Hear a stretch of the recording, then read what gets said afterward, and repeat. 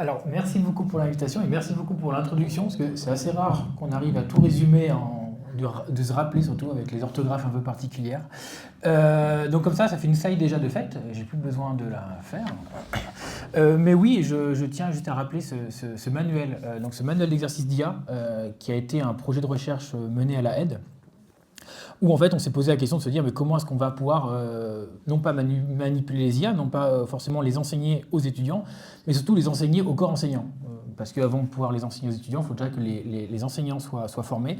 Et ça a été l'objectif de cet exercice, de ce manuel qui a été publié il y a déjà pas mal de mois de cela, et qui maintenant est devenu une référence pour les DSA en France, de toute la France.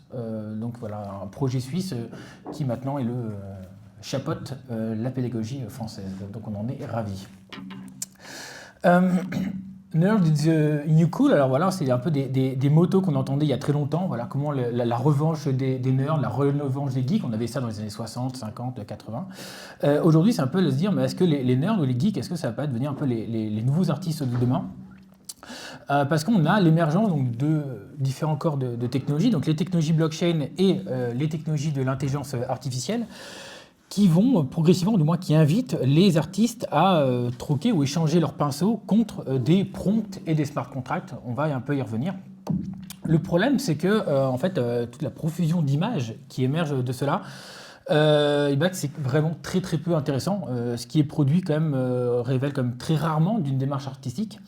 Et l'exercice que je vais essayer de faire aujourd'hui, c'est de parcourir un peu ces deux univers technologiques sous l'aspect évidemment créatif. Il y aura très très peu de jargon technique, j'ai vraiment enlevé ça, je vous ai épargné cette partie-là. Mais vraiment de faire un peu un tour d'horizon de ces très rares cas d'école. Il faut bien garder en tête que c'est quand même très compliqué ou assez rare, on va dire, d'être créatif en utilisant cette technologie-là, parce qu'aujourd'hui, le marché fait qu'il y a beaucoup d'argent à se faire très facilement. Et donc de faire des choses intéressantes, c'est assez exceptionnel. Première barre de partie, on va d'abord parler un peu de la partie Web3 blockchain, puis après on va un peu rentrer dans le cas des IA, mais je laisserai mon collègue semaine prochaine, Étienne Mineur, rentrer plus en détail de ces considérations. Mais déjà sur la partie des blockchains, il y a des problématiques auxquelles elles répondent, qui, quand on essaie de situer, on va dire, l'art numérique, alors il y a plein de dates de l'art numérique, à chaque fois qu'on essaie de définir une date, à quel moment ça émerge, c'est toujours un peu, il y a toujours des batailles. Mais en tout cas, il y a cette œuvre Oscillon de Ben Lapowski en 52, qui va juste, alors c'est pas un artiste, hein, c'est un ingénieur, mais qu'on va aujourd'hui attribuer comme un artiste, qui va uniquement travailler sur des oscilloscopes, donc c'est des machines qui permettent de mesurer le circuit électrique, et va produire ces formes-là. Et après, il va s'amuser pour les diffuser. En fait, il n'est pas capable de diffuser ces formes-là, parce qu'il faudrait diffuser des écrans, ce qui n'est pas possible à l'époque. Du coup, il va les prendre en photo, et l'œuvre, du coup, devient une photographie. Et là, on voit que dès son début, enfin dès ses débuts, l'art numérique se retrouve, on va dire, contraint par les limites de sa propre transmission, vu qu'en fait, l'œuvre est censée résider dans l'écran, dans le circuit électrique, et au final, il est obligé d'en faire une photo pour pouvoir la diffuser. Donc on voit ces collections ici qui sont relativement belles, ces photographies. On peut se demander aussi, on viendra un peu plus tard, est-ce qu'on n'est pas ici devant une première forme de collectible? Je reviendrai sur ce terme. Deuxième cas d'école un peu problématique qui m'intéresse, qui est celui de Biennale Pai. Donc c'est une œuvre faite en 2001 et qui met en scène, on va dire, un virus informatique. Donc l'œuvre en soi, c'est un virus informatique. Le problème, c'est que un virus informatique ne peut pas se capitaliser, ne peut pas se transmettre, ne peut pas se vendre en soi. Et donc du coup, l'artiste a dû faire une transcription de cette œuvre, et il a dû la transformer sous forme plastique. Donc là, on voit qu'on est plutôt sur un objet sculptural, donc c'est un ordinateur qui encapsule son propre code informatique. Mais on voit ici le travail qui s'opère. Donc vous avez à gauche deux ordinateurs, l'un qui va pirater l'ordinateur d'en face et l'autre ordinateur qui va se soigner dessus. Et à droite, on a le code informatique, donc le virus informatique. Mais si on se pose la question de où réside réellement l'œuvre, l'œuvre elle réside réellement à droite, non pas dans le papier, mais dans le code informatique de l'œuvre et non pas dans sa formulation physique. Ces deux exemples-là mettent en résonance une sorte de difficulté, une problématique qui est liée ou qui est assez inhérente à l'art numérique, qui est celui d'avoir une difficulté à conserver son médium de création. À chaque fois, l'art numérique est censé émerger du numérique, et pourtant, à partir du moment où on va essayer de la diffuser, de la commercialiser, de la vendre, de le faire entrer dans le marché de l'art, eh bien, on va devoir changer son médium de création, c'est-à-dire, pour l'oscilloscope, le passer sous forme de photographie, et ici, pour Biennapal, le virus informatique, le réencapsuler dans un objet plastique. Pour ça, pour répondre à ces questions-là, il faut remonter un peu. Alors, on reste ici en Suisse, au CERN. Alors, on n'est pas à Lausanne, on est à Genève, mais c'est bon, c'est pas très loin quand même. Je sais qu'il y a des tensions entre le Vaud et l'État de Genève, mais on va essayer d'être rester sympathique. Et c'est au CERN, on va dire, il y a déjà 30 ans, plus de 30 ans, ça ne nous rajeunit pas, que Tim Berners-Lee va inventer, on va dire, la plus grande révolution sociétale de notre ère, qui est le web. Donc le web, c'est une invention suisse, franco-suisse, enfin, selon du côté de la frontière où que l'on regarde l'invention. Et cette invention-là, en fait, tout le monde sait ce qu'est le web, comment fonctionne le web ou Internet, mais elle va souffrir d'une certaine problématique, ce web-là, qui est l'incapacité à produire une unicité numérique. C'est-à-dire que le web, par essence, quand vous envoyez un mail, quand vous envoyez une photo, une texto, n'importe quel élément, forcément vous dupliquez l'information. Quand vous avez un message, la personne a aussi le message, vous l'avez aussi, et donc tout est systématiquement dupliqué dans le web. Alors ça, c'est pas un problème en soi, mais ça devient un problème quand on a envie de capitaliser des assets. Capitaliser des assets numériques n'est pas possible par la manière dont le web est construit. Tout cela, ça a amené pas mal une culture ou des principes qui sont liés au web. Par exemple, cette culture du copier-coller. Le copier-coller n'existait pas avant l'émergence du web. Et ici, on a ces œuvres de Jody, donc Johan Hermskeck et Dirk Paxman, My Desktop, qui vont travailler cette culture un peu du copier-coller et commencer à travailler dedans, avec par exemple cette œuvre, où ils vont s'amuser à copier des milliers d'images. Cette réponse, cette problématique de l'unicité du web a été résolue pour la toute première fois par cette révolution technique qui est absolument majeure, qui est souvent un peu incomprise, qui est la blockchain. La blockchain, alors je vais vraiment vous épargner l'aspect technique, mais j'ai essayé tout du moins d'en faire un résumé, une sorte de résumé de définition. Donc c'est un protocole informatique qui établit un registre de données incassables, décentralisé et ouvert, où chacun peut participer sans restriction et où toutes les informations sont inscrites de façon transparente et permanente, résistant à la censure et accessible à tous. Alors voilà, on est vraiment sur un concentré, pas de tomate, mais de définition, mais tous les termes sont extrêmement importants. En gros, la blockchain, qu'est-ce que c'est? C'est un grand tableau blanc sur le web sur lequel n'importe qui peut écrire, tout est public et tout ce qui est écrit ne peut plus jamais être effacé. Donc après, ça devient un sorte de grand terrain d'exploration. Et la blockchain devient surtout la terre promise, on va dire, de l'art numérique. Donc, avec la blockchain, l'art numérique va enfin pouvoir trouver le médium par excellence sous lequel il va pouvoir s'exprimer sans avoir besoin de changer systématiquement de médium, comme on l'a vu précédemment. Alors, quand on parle de blockchain, il y a souvent des dizaines, voire des centaines de termes qui sont souvent qui se confondent, qui ne sont pas forcément bien définis. Ça a été le projet de recherche que j'ai mené pendant 1 an et demi, 2 ans avec mon collègue Anthony Mazur, donc CryptoKit.ch, qui explique l'intégralité de ces termes liés à la blockchain, ou du moins au Web3, à travers une histoire de ces blockchains. Donc je vous inviterai à regarder ce projet en détail. Mais cela étant, il y a quand même quelques termes qu'on doit définir, ou du moins pour vous éclairer. Donc, quand on parle de Web3, on parle d'un ensemble technologique, donc à peu près c'est un peu ces technologies blockchain, mais dedans il y a plein de parties, de sous-parties. Et quand on parle de NFT, on parle d'une partie de cet ensemble technologique qui correspond à l'idée d'avoir des assets uniques. Par exemple, vous devez savoir qu'il y a des crypto-monnaies, le Bitcoin, Ethereum, des tokens, tous ces termes-là, ce ne sont pas des NFT, ce sont des choses, ce sont des assets qui sont réplicables comme des billets, comme des places de concert. Les NFT, c'est pour non-fungible token, donc des jetons non fongibles, ça correspond bien à une entité, à un objet numérique qui n'est pas échangeable contre un autre, il est unique. Mais ces NFT, ça peut être n'importe quoi. Ça peut être un titre de propriété, un passeport, un diplôme scolaire, une pièce d'identité, n'importe quel objet qui a une nécessité d'être unique, dont une œuvre d'art dessus. Et quand cet NFT devient on va dire un objectif artistique, on le définit comme un crypto-art. Donc un crypto-art, c'est un NFT qui a une vocation artistique. Et enfin, dans ces crypto-art-là, il y a des tonnes et d'ensembles de crypto-art. On a une sous-catégorie qui s'appelle les collectibles, qui sont un type de crypto-art. Je vais y revenir. Alors, les collectibles, qu'est-ce que c'est? Alors, Quand on parle des NFT aujourd'hui, on parle en fait à 80%. Déjà, on va parler à 90% de crypto-art, et dans ces crypto-art-là, on va parler à 80% pratiquement de collectibles.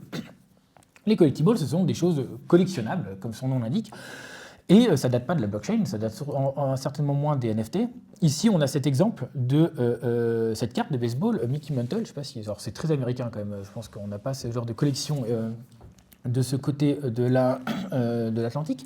Mais vous avez quand même une carte en carton collectionnable qui a été quand même vendue pratiquement pour 13 millions de dollars. Alors, ça paraît complètement fou, mais voilà, c'est de la collection. On collectionne des cartes Pokémon, des cartes Magic, des cartes baseball, des pins, voilà, tout un tas de choses. Deuxième exemple, ici vous avez ce vinyle des Beatles, mais ce qui est plus intéressant ici, c'est que donc ce vinyle signé par l'ensemble du groupe des Beatles a été vendu pour 300 000 $, une somme relativement importante pour un vinyle. Mais ce qui est intéressant, c'est que ce même vinyle s'échange aujourd'hui à quelques centaines de dollars sans les signatures. Donc vous enlevez les autographes, vous enlevez le petit gribouillis d'encre dessus, et puis vous avez un prix qui descend drastiquement.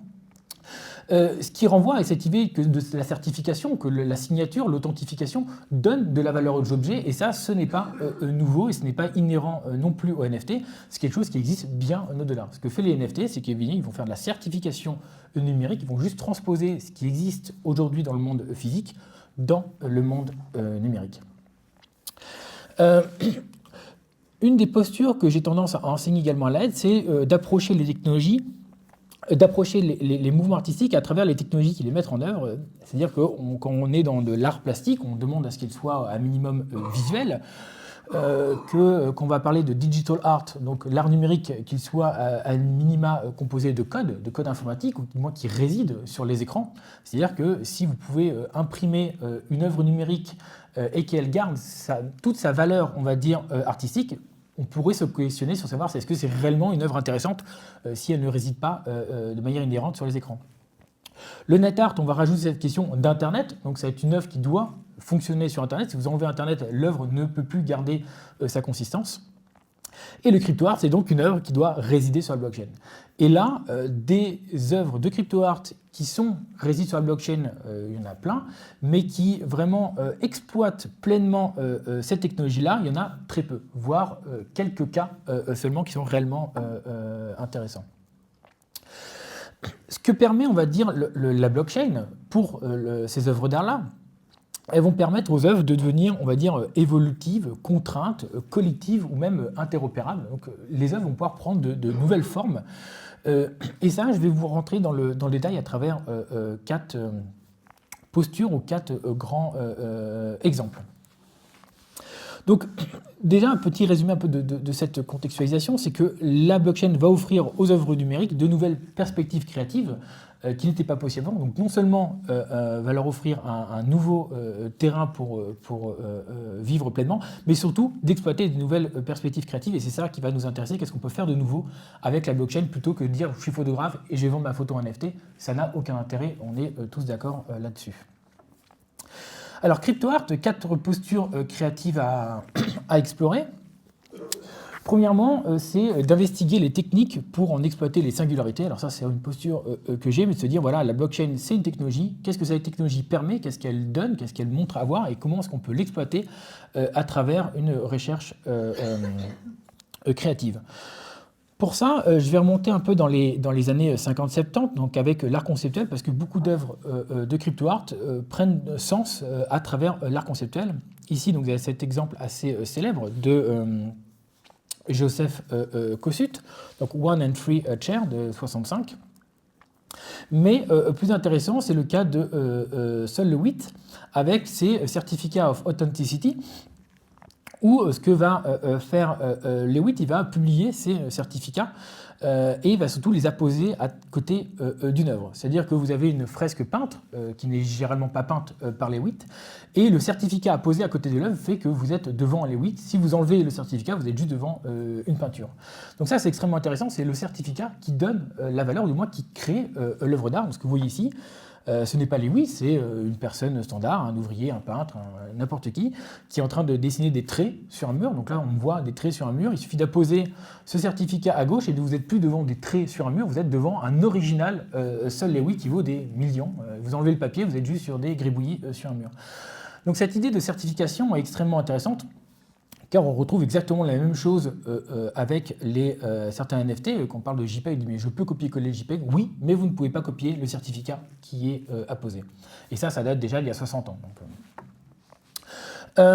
on peut pousser un peu cette logique-là avec un peu plus tard. Donc ici, Yves Klein, zone de sensibilité picturale, qui va faire résider l'œuvre uniquement dans sa transaction. Donc pour les personnes qui connaissent cette transaction-là, voilà, donc ici, Monsieur Blancart, si je me rappelle bien de son nom, va acheter l'œuvre de Klein, il va dire pas de problème, l'œuvre c'est un échange d'or, il balance l'or dans la scène, il dit voilà, l'œuvre elle est là, elle est dans cette transaction ici, donc on est vraiment dans de la performance ici, mais en échange quand même, l'acheteur va recevoir ce titre, ce certificat, de dire voilà, nous avons bien fait cet échange entre une valeur monétaire, donc cet or jeté, et l'œuvre d'art qui est complètement immatérielle, qui était cet acte performatif. Monsieur Blanquefort, exactement. Et pourquoi je vous montre cette œuvre-là? Parce que cette œuvre-là, exactement, a été parfaitement retranscrite par cet artiste Mitchell F. Chan dans sa version, on va dire, crypto art. Ce qu'a fait Mitchell F. Chan, il a dit, ben voilà, je vais refaire exactement ce qu'a fait Yves Klein. Vous allez pouvoir acheter ce NFT qu'on voit ici à gauche. Donc vous avez acheté avec des crypto-monnaies ce NFT, vous êtes propriétaire de cet asset, donc cet objet numérique unique. Mais si vous voulez compléter l'œuvre réellement, je vous offre un système pour brûler l'œuvre, donc pour la détruire. Et là, du coup, les propriétaires se posaient une question qui était est-ce que je conserve le NFT, donc je conserve un actif échangeable, mais pas une œuvre d'art, vu que l'œuvre d'art n'est pas complète, ou est-ce que par un mécanisme de protocole informatique, je vais détruire réellement l'œuvre d'art, donc il n'y a plus d'NFT à la fin, et tout ce qui reste, c'est uniquement l'inscription dans la blockchain que cette opération a eu lieu. Donc n'importe qui pourra vérifier dans la blockchain, donc ce grand livre de compte géant, ou ce grand tableau blanc, on pourra vérifier, voilà, telle personne, je peux vérifier qu'il a bien interagi avec l'œuvre et qu'il a été propriétaire à un moment donné de cette œuvre-là, mais l'œuvre n'existe plus. Tout ce qu'il reste, c'est que la trace de la transaction. Donc on est bien dans une transcription conceptuelle de l'œuvre de Klein, mais ici numériquement. Des exemples également ici, Douglas Huebler avec une idée de blockchain un peu avant l'heure, Variable Piece, où l'œuvre en fait va mettre en scène la traçabilité des propriétaires. Et surtout la question de la chaîne de transmission. Donc en fait, l'œuvre est assez simple, c'est que quand le premier propriétaire de l'œuvre doit se prendre en photo et doit poser sa photo sur l'œuvre, et à chaque fois que l'œuvre est vendue, il doit mettre la photo de l'ancien propriétaire, du futur propriétaire et de la sienne, dans une chaîne jusqu'à ce que le tableau soit complet. Donc ce qu'on voit ici, en fait, c'est l'ensemble des différents propriétaires de l'œuvre. Je crois que les photos doivent être prises tous les ans. Voilà, là vous avez une séquence avec le protocole qu'ils ont mis en place. Ça c'est intéressant parce que c'est ce que Réa Meyer, alors Réa Meyer ça fait vraiment partie des plus grandes artistes conceptuels de crypto-art, de NFT, et ça fait 20 ans qu'elle travaille là-dessus, même avant l'émergence de la blockchain, mais tout ce qu'elle fait est très conceptuel, extrêmement intéressant. Et à faire ce projet, donc Pay Preview Path, où elle va juste matérialiser la relation entre l'art et la transaction, où là, en fait, elle va inviter des personnes à faire un gribouillis dedans, et ce gribouillis-là va être inscrit dans la blockchain, et après, il va y avoir non seulement le futur acheteur, va pouvoir refaire un autre dessin, il va y avoir un sorte de chaînage de dessins, donc non seulement il y a un chaînage entre les dessins, mais il y a aussi un chaînage entre les transactions, ce qui est une sorte de représentation de symbolique de la blockchain. Ça, c'était pour les parties un peu conceptuelles. Ici, The Call, qui est aussi un projet relativement conceptuel que j'ai développé du coup avec mon studio, où ce que l'on a fait, on a rédigé un script informatique, donc une sorte de code informatique, qui est capable d'aller scruter l'entièreté du web et d'aller chercher de manière complètement aléatoire une image parmi l'intégralité du web. Donc on parle de clear web, dark web, tout est ouvert, et on va prendre une image complètement al hasard et l'assigner comme étant un NFT. En faisant ça, on est capable de formaliser une sorte de formalisation visuelle de ce cyberespace-là, et surtout de montrer une sorte de l'œuvre va systématiquement changer, vu qu'une fois que le script informatique a été chercher une image, il va recommencer indéfiniment ce travail-là. Pourquoi j'estime que ce travail-là est intéressant? Parce que ça pose énormément de questions. L'image que vous avez à droite était une image qui a été trouvée, par exemple, par ce script informatique. Mais que se passe-t-il si un musée, par exemple, achète un de ces NFT-là et décide de la poser sur un de ses murs? Donc on va avoir un écran avec une œuvre, mais l'œuvre va pouvoir changer toutes les 10 secondes, toutes les minutes. Une nouvelle image va apparaître, sauf qu'on ne peut jamais prévoir quelle image va être. Qui détient les droits de l'image affichée? Si par exemple j'affiche une image d'un artiste qui n'aurait pas autorisé sa diffusion, sauf que en fait, le script ne peut pas choisir cela. Que se passe-t-il si les contenus sont offensants? Pour avoir des contenus pornographiques affichés dans des musées, ça peut être aussi également très problématique. Et surtout, cette œuvre-là est capable de montrer une image qui n'existe pas encore. On peut imaginer que vous prenez une photo de cette conférence-là, que vous la mettez sur Facebook, peut-être qu'à un moment donné, le script va trouver cette image-là et votre image deviendra un NFT durant un laps de temps. Vous avez ici, par exemple, le code informatique qui permet de faire ça, donc c'est relativement simple, on calcule une adresse IP aléatoire. Donc je vous passe évidemment mais il faut voir que c'est relativement simple. Vous avez une vision globale de toutes ces images-là. Donc là, ça passe d'icônes Facebook, des choses un peu triviales. Mais ce qui est intéressant ici, ce n'est pas la formation visuelle de ces images-là, donc il ne faut pas non plus les juger par ce qu'elles représentent, mais bien par le concept derrière qui est, voilà, on est dans un extrait d'à quoi ressemble le web visuellement. Deuxième posture, donc définir de nouveaux codes. Pour ça, on a cette collection majeure, donc CryptoPunk en 2017, qui va allier plusieurs choses, donc génération procédurale, collection de 10 000 unités, ici on a 10 000 œuvres, pixel art, un peu cet esprit cyberpunk et tout ça, c'est vraiment la collection qui a fondé le style, on va dire un peu collectible, le style NFT. Alors qu'est-ce que c'est? Ces CryptoPunks, ce sont ces visages-là, sauf qu'il n'y en a pas des dizaines, il n'y en a pas une centaine, il y en a bien 10 000, donc là on a les 10 000, 100 par 100. Donc c'est énorme cette collection-là. Et pour créer cette collection-là, vous pouvez bien imaginer qu'en tant que designer, ça leur aurait pris des heures, voire des mois de travail de les dessiner un par un. Ce qui fait que le travail a été fait par génération procédurale, c'était des calques, un peu vous voyez les albums d'images avec les yeux et les bouches, et on s'amuse à bouger les yeux et les bouches, les livres pour enfants, et bien c'est exactement le même principe, avec des systèmes de sous-catégories. Donc on voit ici ces calques qui s'empilent les uns aux autres pour créer tous ces ensembles-là. Ce qui est intéressant ici, c'est que les acheteurs de ces CryptoPunks ne vont jamais regarder l'esthétique du CryptoPunk pour savoir lequel ils veulent acheter, mais une question de rareté. Lesquels sont les plus rares, lesquels traits sont plus rares que d'autres. Peut-être que les lunettes 3D sont plus rares que les lunettes de soleil. Donc cette œuvre-là est plus rare que d'autres. Et donc en fait, on a des Arcurial, Sotheby's, Christie's, ces grandes maisons ventes aux enchères qui sont là pour savoir lequel des Picasso ou des Monet est plus ou moins rare ou a plus ou moins de valeur. Ici, c'est remplacé par des outils analytiques qui vont analyser le smart contract, analyser le code et dire voilà, cet élément-là, cet attribut-là est plus rare que celui-ci, donc celui-ci est plus cher, de la même manière qu'un Pikachu est peut-être plus rare qu'un drac au feu, enfin, je n'en sais trop rien, mais on peut imaginer ce système-là, mais là on a de ces nouveaux outils. Et ce qui est intéressant surtout, c'est que tout ça, ces définitions-là sont du code informatique, et une fois qu'on a défini cette collection ici de NFT, donc définie par combien il y a de personnages avec des cheveux rouges, combien il y en a qui ont des lunettes, ce genre de choses, ça ce sont des proportions, c'est ça le travail qui est compliqué à faire, dire qu'il y en a 2%, 5%, eh bien vu que ça réside sur la blockchain, c'est public, n'importe quel artiste peut s'amuser à lire ce code-là et à directement l'appliquer sur une nouvelle collection d'œuvres, et c'est ce qui a été fait ici avec Artefact sur ces sneakers. 10 000 sneakers, donc 10 000 baskets de sport, toutes uniques, et encore une fois un travail de titan pour créer 10 000 baskets uniques en termes de design, sauf que ça n'a pas pris des mois, ça a pris absolument 30 secondes à faire, parce qu'on a simplement lu le smart contract des CryptoPunks et on a appliqué sur ces collections-là. Ce qu'on voit ici, on a lu ce qui se passait ici et on l'a appliqué automatiquement sur des baskets. Et ces baskets-là ont été réellement produites et envoyées à tous les possesseurs de ces CryptoPunks.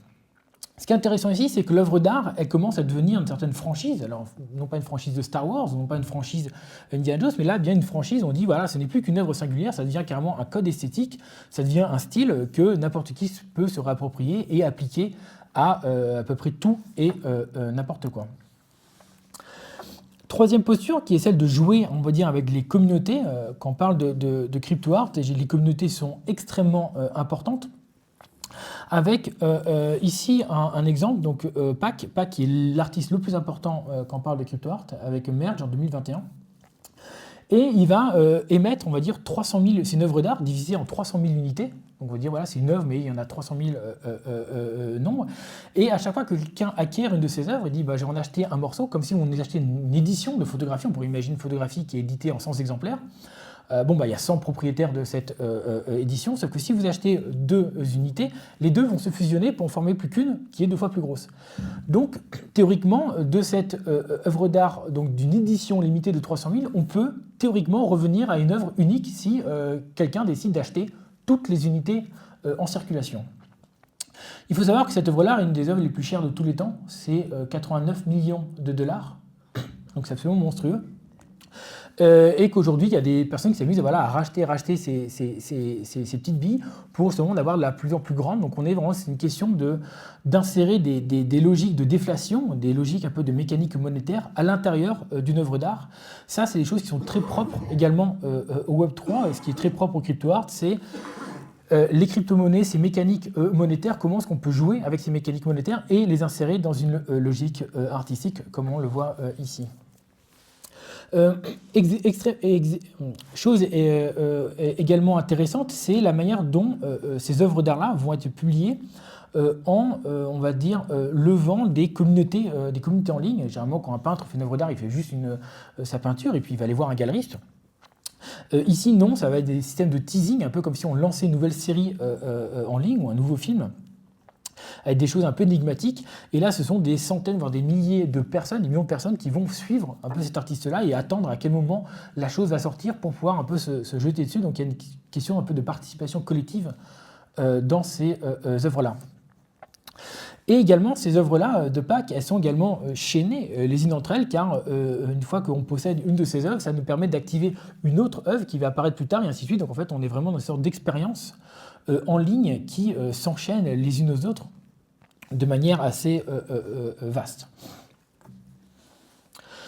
Enfin, la dernière posture que je voudrais mettre, c'est celle de penser en termes de modèle économique, car quand on parle de Web3, on parle avant tout d'une technologie blockchain qui était une réponse au capitalisme traditionnel et qui était une réponse avec Bitcoin. Donc avant tout, le Web3, il émerge d'une posture assez, on va dire, anarchique du moins, ou du moins libertarienne, anti-système également, mais qui était fondée dans l'économie. C'est sa raison d'être.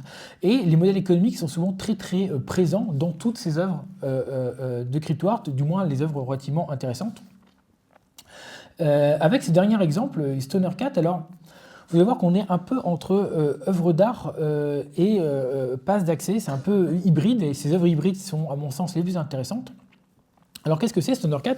C'est un projet de financement, donc c'était un groupe de personnes qui voulaient simplement faire une émission, des épisodes de dessins animés, et pour ça ils avaient besoin de fonds parce qu'en fait on parle de petits chats qui s'amusent à fumer du hashish et sniffer des rails de cocaïne toute la journée. Donc vous pouvez imaginer que les fonds publics avaient peut-être d'autres intérêts que financer ce genre d'émission, mais cela étant, ils ont dit on va aller voir les communautés pour faire une levée de fonds. Alors les levées de fonds c'est très classique, il y en a partout, ça existe depuis très longtemps.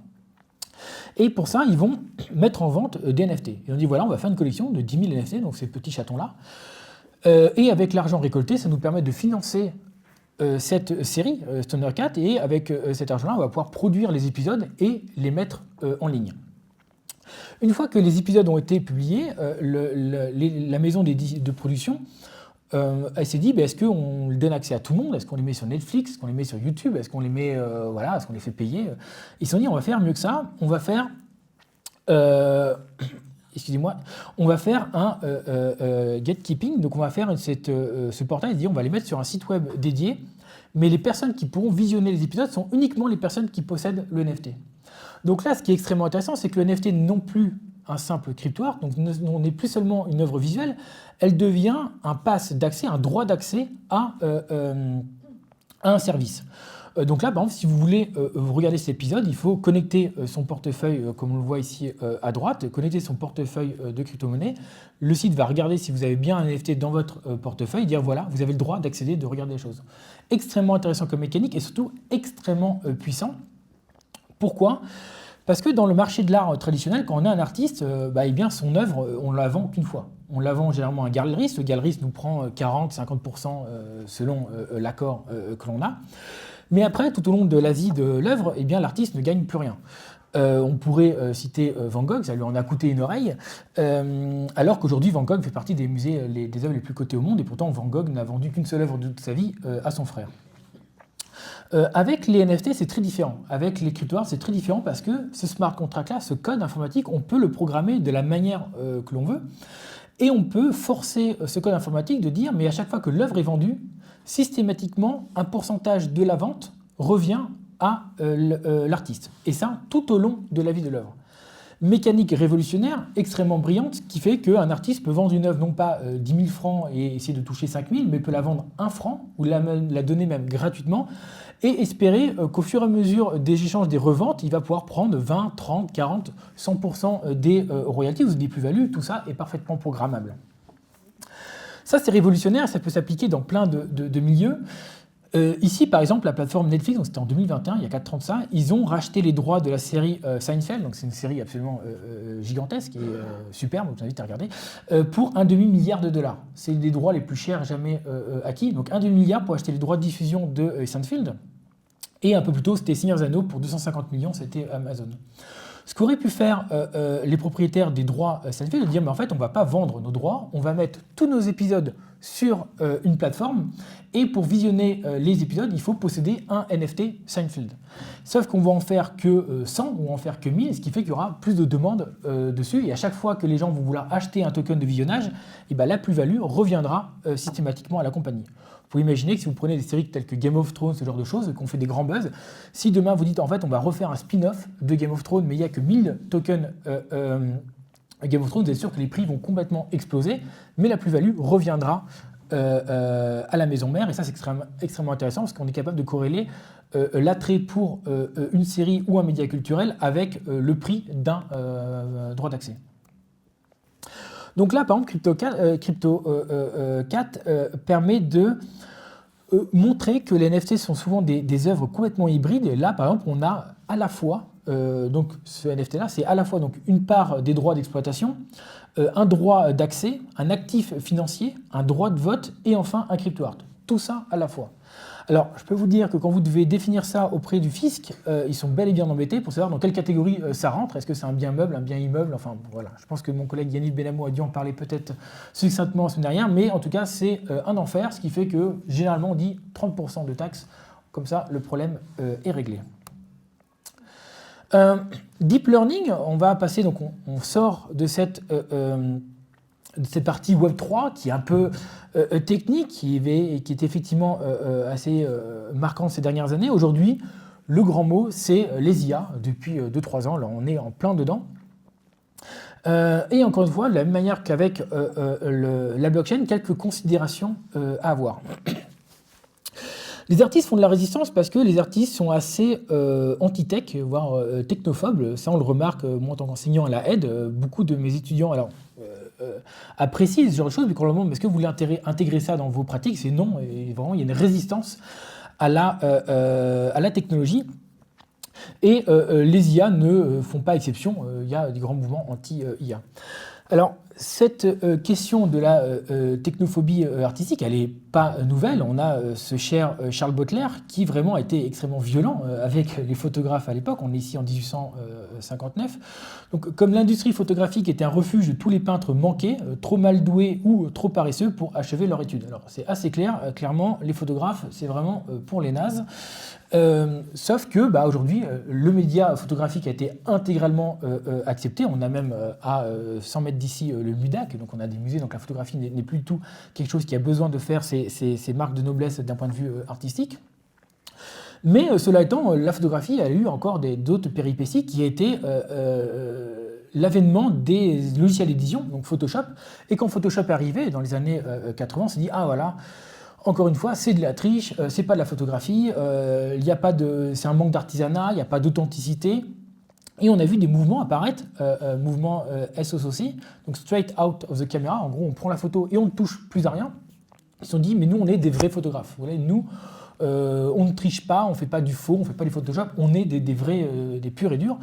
Sauf que aujourd'hui, les outils d'édition sont parfaitement intégrés par la profession. Exemple même étant Andreas Gursky, qui est l'artiste le plus coté de tous les temps, qui a vendu les 2 photos les plus chères de tous les temps. Vous ne voulez peut-être pas connaître celle-ci, mais vous connaissez très certainement celle-là, et qui est une photo intégralement photoshopée. Les poteaux n'existent pas, les personnages ne sont pas présents dans la scène originellement, et les couleurs de toutes les packaging ont été modifiées. Donc des œuvres intégralement photoshopées, et pourtant qui ont fait la 2e photographie la plus chère de tous les temps. Et aujourd'hui, les IA interviennent et on en remet une couche avec tout ce mouvement anti-IA. Voilà, encore une fois, les IA, c'est pas bien, c'est anti le mouvement, et vous avez ce mouvement Not to AI-generated image, qui est un mouvement vers anti-IA contre les IA en disant mais voilà, ça va nous faire perdre notre métier. Enfin voilà, tous ces artistes un peu de réactionnaires, pour être honnête, c'est vraiment une posture parfaitement réactionnaire face aux technologies. Avec par exemple ici cet exemple à droite qui a fait pas mal de buzz, où un artiste avait gagné un concours d'image avec une image générée en IA au tout début, et ça avait fait un grand scandale, alors que je trouve ça assez génial, la démarche. En fait, la question, il s'agit moins, on va dire, de se positionner pour ou contre les IA, que de réfléchir plutôt à la manière de les intégrer dans des pratiques créatives. Et ça, c'est plus compliqué. Parce que, pour ou contre, bon, c'est très bien, mais à partir du moment où on veut les intégrer, être créatif en utilisant les IA devient plus compliqué, car de la même manière qu'avec les NFT ou les crypto-art, 99% de ce qui est produit n'a aucun intérêt créatif. Pourtant, il faut chercher des pratiques créatives avec les IA, et il y en a plusieurs. Déjà, deuxième considération, avant de rentrer dans ces postures, qui est l'avènement des données synthétiques. Donc les données synthétiques sont des données créées par les intelligences artificielles qui commencent, on va dire, à coexister avec les données naturelles, donc produites par l'être humain. Il faut savoir qu'en à peine 1 an et demi, les IA ont généré plus de photos que l'histoire de la photographie en 150 ans. Donc ça a été assez fulgurant, c'est-à-dire qu'aujourd'hui il y avait plus d'images d'IA que d'images de photographies réelles du monde. 15 milliards d'images générées en IA. Alors cette slide date de août 2023, alors vous pouvez imaginer que si vous mettez à jour, vous pouvez quadrupler le chiffre. On est très loin des images encore mises sur Facebook, mais cela étant, on sait que les projections vont faire que demain, on sera dans un monde, alors ça c'est une autre thématique que je n'aurai pas le temps d'aborder aujourd'hui, mais de post-vérité, vu que toutes les données du cyberespace seront complètement falsifiées ou falsifiables très facilement. Et surtout que ces données-là, en fait, on va avoir une certaine forme de consanguinité, parce que les IA sont entraînées sur des bases de données, et les bases de données, du coup, en fait, les IA vont entraîner sur des modèles d'IA, sur des données d'IA, donc à la fin, on va avoir un truc un peu de consanguinité, parce que c'est des données entraînées sur des nouvelles données. Le grand gagnant de ces IA, parce qu'on parle à chaque fois qu'on parle des IA, c'est vieux les IA ça date des années 50. Aujourd'hui, qu'on parle majoritairement, ce sont les IA génératives, qui permettent de générer donc, du texte, vous avez tous dû expérimenter ChatGPT par exemple, ou des modèles de génératifs d'images comme Midjourney, DALL-E 2, etc. Quelques postulats importants à garder en tête, c'est déjà qu'il y a une distinction entre le résultat créatif et le processus créatif. Donc une image n'est pas une œuvre, ce n'est pas parce que vous avez généré une image sur Midjourney que ça en fait une œuvre. Ça, c'est bon. Quand on parle à des artistes ou des personnes un peu experts en musique, ça fait sens, mais pour le commun, ça l'est moins. Et deuxième postulat, c'est que le travail créatif intervient entre le prompt et le résultat. Alors le prompt, pour les personnes qui ne savent pas, c'est cette manière de rentrer du texte dans une IA, de dire je veux voir un chat rouge, on appuie sur entrée et puis l'IA nous génère un chat rouge. Savoir prompter n'est pas un geste créatif. On entend souvent entendre des gens qui disent mais oui, mais lui il sait bien prompter, il sait bien faire ses phrases. Oui, certes, mais ça n'en fait pas une œuvre d'art, ça n'en fait surtout pas un geste créatif. Savoir dire, mettre les mots dans le bon ordre, ça ne nous fait pas absolument rentrer dans un musée. Donc 4 postures également créatives à explorer avec ces IA qui est déjà d'explorer des nouvelles esthétiques. Les IA, la technologie a apporté des esthétiques nouvelles qui n'existaient pas avant. Avec cet exemple ici qui est celui des contrôle-nets. Alors les contrôle-nets, qu'est-ce que c'est? C'est des logiciels un peu informatiques, un peu compliqués, qui permettent de contrôler comment l'IA va créer l'image. C'est-à-dire qu'en gros, quand vous faites un prompt, vous mettez « je veux voir un arbre bleu », l'IA le fait automatiquement. Sauf que vous avez ces logiciels qui interviennent entre les deux, qui peuvent dire « tu vas me le générer, mais de telle manière ou de telle chose ». On va commencer à jouer à ce qui se passe justement entre ce prompt et ce résultat. Donc par exemple ici un contrôle-net, c'est il y a une caméra qui vous filme et l'IA va détecter les mouvements de votre corps, il va pouvoir les appliquer automatiquement sur cette nouvelle image. Donc cette image pour être créée n'a pas été créée uniquement à partir d'un texte, mais également d'un contrôle-net qui a été capable de détecter ce qui se passait à l'extérieur. Vous voyez, ça ressemble à ça, c'est un peu compliqué, mais là on fait un petit gribouillis.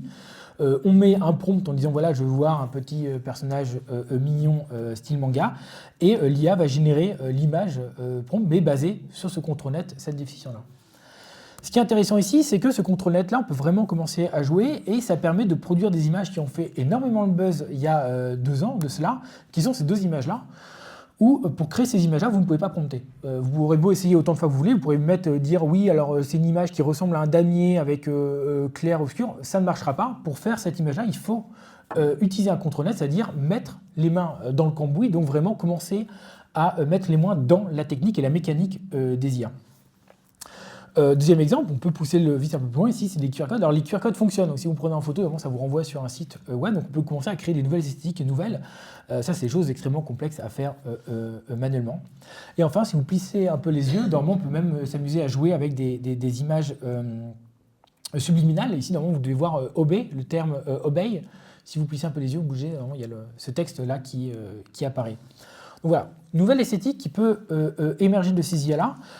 Deuxième cas d'école, Deep Dream, donc ça c'est très ancien, ça date vraiment des années 90-2000, plutôt 2000-2010, excusez-moi, où on a, quand on commençait à entraîner les IA, donc là on était avant ces modèles de génération d'images, donc là les IA n'arrivaient pas encore à dire qu'on disait un arbre bleu, elles n'arrivaient pas à générer un arbre bleu, mais on était dans des classifications. Donc en fait, c'est ce qui permet de générer ces visuels-là, et ça, visuellement, vous voyez ça, vous savez que c'est généré par les IA, ce sont des esthétiques nouvelles qui n'existaient pas au préalable.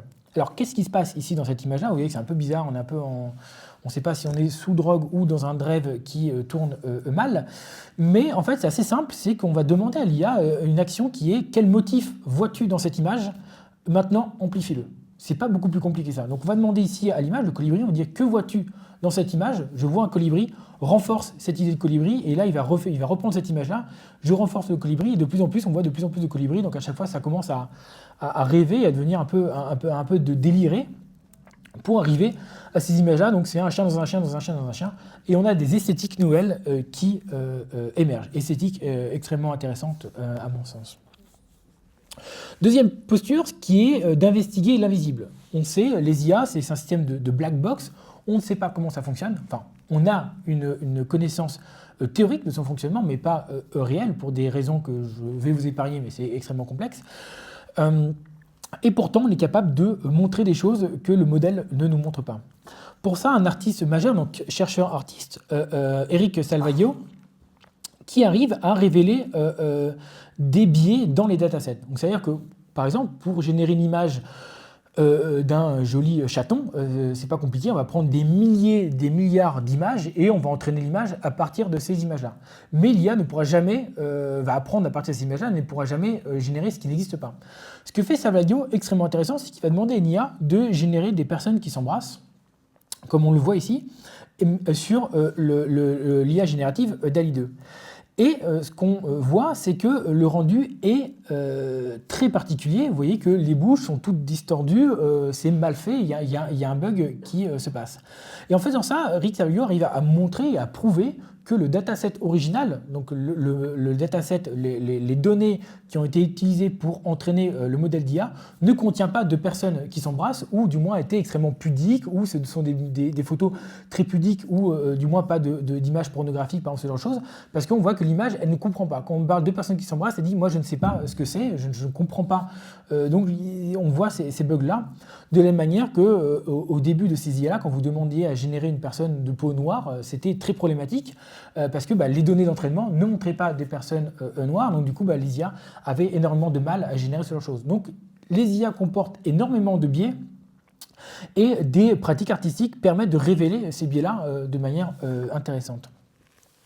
Une petite citation que nous dit Salvaio, nous dit « Une IA n'a pas d'esprit conscient et donc pas d'inconscient, mais elle produit tout de même des images qui font référence à des mythes collectifs et à des hypothèses non formulées. Plutôt que d'être encodées dans l'inconscient du spectateur ou de l'artiste, ces images sont inscrites dans des données. » Troisième posture de ces IA-là, on pourrait se dire, mais voilà, les IA, je déteste ça, je suis anti-IA, très bien, eh bien prenons cela comme un contre-pied, mais dans une démarche artistique. Et pour ça, il y a ce qu'on appelle les adversarial patterns, donc ces motifs contradictoires qui sont très très compliqués à générer. Il y a des papiers de recherche qui ont été publiés il y a 2 ans et qui permettent d'expliquer comment ça fonctionne. Mais on a ce studio de création, donc Capable Design, qui se sont un peu intégrés des problématiques de surveillance de masse, notamment en Chine, par la reconnaissance faciale. Et ils ont proposé de créer une collection de vêtements qui permet de s'y protéger. Donc en gros, ils ont essayé de trouver quel motif fallait créer ou mettre en œuvre pour qu'une caméra de reconnaissance faciale, donc une IA, ne soit pas capable de repérer que l'on est en face d'une personne. C'est des choses qui sont compliquées à faire parce que tous les motifs ne fonctionnent pas. Ce sont des motifs très particuliers qui permettent de tromper en gros une IA. C'est-à-dire que vous portez vous avez un pull ici normal, là l'IA reconnaît, voilà, on est bel et bien en face d'une personne. Si vous retournez le pull dans cette version-là, l'IA ne comprend plus et se dit parce que c'est ci, ça, enfin il y a plein de choses et vous êtes devenu invisible face aux caméras de surveillance. Donc voilà, une démarche artistique extrêmement intéressante qui prend un peu forme de contre-pied et qui produit ces patterns là. Enfin, dernière posture qui est celle d'hybrider les médias, qui à mon sens est une des plus riches, qui est de se dire mais comment est-ce qu'on peut jouer avec des ensembles technologiques les hybrider les uns aux autres. Et ici, on a un système, donc Touch Designer, je vais vous remonter, qui permet de lier des médias ou des milieux artistiques qui sont aujourd'hui dissociés. Par exemple, ici, vous avez un artiste qui va uniquement filmer le dessin qu'il va faire. Il va demander en live, donc en temps réel, à une IA de réinterpréter le dessin qu'il fait à travers un système de graphes et de tags. Donc on voit que là, ce qui est intéressant, c'est non pas le résultat, mais bien l'interrelation qui existe entre le geste et ce que l'artiste voit en temps réel. Deuxième cas, ici, l'artiste commence à projeter sur avec une lampe torche. En fait, il va projeter une lumière sur un carton noir et il va demander à l'IA de générer une scène contrastée. Et à chaque fois qu'il va bouger la lumière, automatiquement, l'IA va repenser cet espace-là. Et encore une fois, ce qui est intéressant ici, c'est l'interrelation, comment la pratique devient pratiquement performative. Et on voit ici l'artiste commence à bouger les éléments et les choses se génèrent au fur et à mesure. Donc le résultat n'a pas d'importance, mais c'est bien le protocole, le processus qui, lui, a une valeur artistique. Dernièrement, ici, on voit une collaboration. Donc là, on voit les mains réelles de l'artiste en bas à gauche de l'image. Et il va commencer à modeler. On pourrait imaginer que là, on est sur vous savez, ces films un peu en pâte à modeler, comme peuvent être Wallace et Gromit ou Chicken Run. Et bien là, on est dans une pratique réelle. On dit, voilà, on va commencer à créer ce genre de choses, mais on va les faire en live. On peut bouger ces éléments-là. Donc encore, l'hybridation, l'interrelation des médias qui me semblent des éléments à explorer créativement. Dance the Dynamite, alors ça c'est un projet que j'ai co-réalisé avec mon studio et Johan Pardo pour le groupe de jazz Dance the Dynamite. Donc pour les personnes qui étaient là la semaine dernière, je pense que mon collègue donc Yannick Benamou a déjà dû en parler. Et ce qu'on a voulu faire avec ce projet-là, c'était, on va dire, d'hybrider la musique avec des formalisations visuelles figuratives. Alors je ne sais pas s'il y a du son dans la salle, on va tester. Non.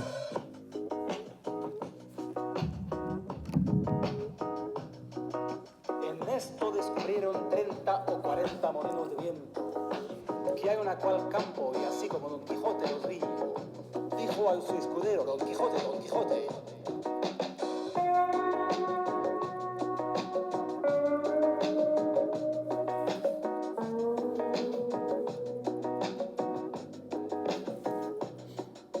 aventura variando nuestras cosas. Donc dans ce protocole-là, vous voyez que la musique, donc c'est un travail qui est fait en temps réel, donc la musique a un impact direct sur la génération d'images et on arrive à faire une sorte de nouvelle performance. Donc ça a été montré au Montreux Jazz cette année, où on peut commencer à ce que les artistes commencent à composer de la musique directement avec une fresque picturale.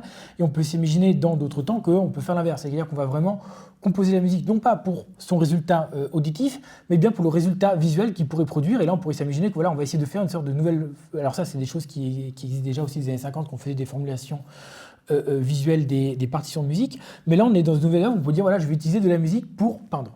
Ce qui est des choses relativement nouvelles. Et pareil, des choses relativement, je ne vais pas dire faciles à explorer, mais qui sont aujourd'hui relativement accessibles. Et enfin, dernier exemple, qui est celui de mon collègue Douglas à la Aide, qui va également, dans l'hybridation, chercher des sortes d'espaces latents qui va se situer entre deux médias distincts. Donc précédemment, c'était musique et fresque picturale. Ici, ça va être jeux vidéo et cinéma. Pour cela, il va prendre un jeu vidéo, donc Inside Out, qu'on voit sur la colonne de gauche, et il va entraîner une IA avec des centaines et des milliers d'images de films. Et à chaque fois qu'on va jouer au jeu vidéo, il va associer deux écrans côte à côte. Et quand on se déplace dans le jeu vidéo, l'IA va essayer de trouver une image qui correspond à ce qu'on voit à gauche, mais dans un extrait de film. Donc c'est hyper intéressant parce qu'en fait, on pourrait s'amuser à jouer aux jeux vidéo, mais à travers des extraits de films existants et faire cette relation commune. Je suis allé relativement rapidement, comme à mes habitudes. À chaque fois, j'essaie de prendre de temps, mais j'ai été frustré par cette heure. Il faut savoir que ce cours, cette présentation, c'est un condensé d'un cours qui dure 20 séances de 2 heures. Donc, c'est des 40-50 heures de cours qu'on essaie. Et on nous dit, il faut quand même donner de l'information, pas manquer. Mais deux éléments quand même de conclusion, qui est que de la blockchain des crypto-art au deep learning des IA génératives, les œuvres intéressantes sont souvent celles qui interrogent les outils qui les mettent en œuvre, premier point. Et deuxième point, qui est que le numérique, c'est un médium d'expression en soi, et donc j'invite les artistes à l'approcher de manière spécifique. Et je vous remercie, et je m'excuse évidemment pour cette vitesse folle de dérouler. Mais j'ai pour habitude de respecter les temps que l'on me donne, et sachant qu'il est censé avoir un temps de questions, donc je pense que je pourrais vous éclairer sur tous les éléments qui sont un peu obscurs pour revenir sur des points d'éclairement.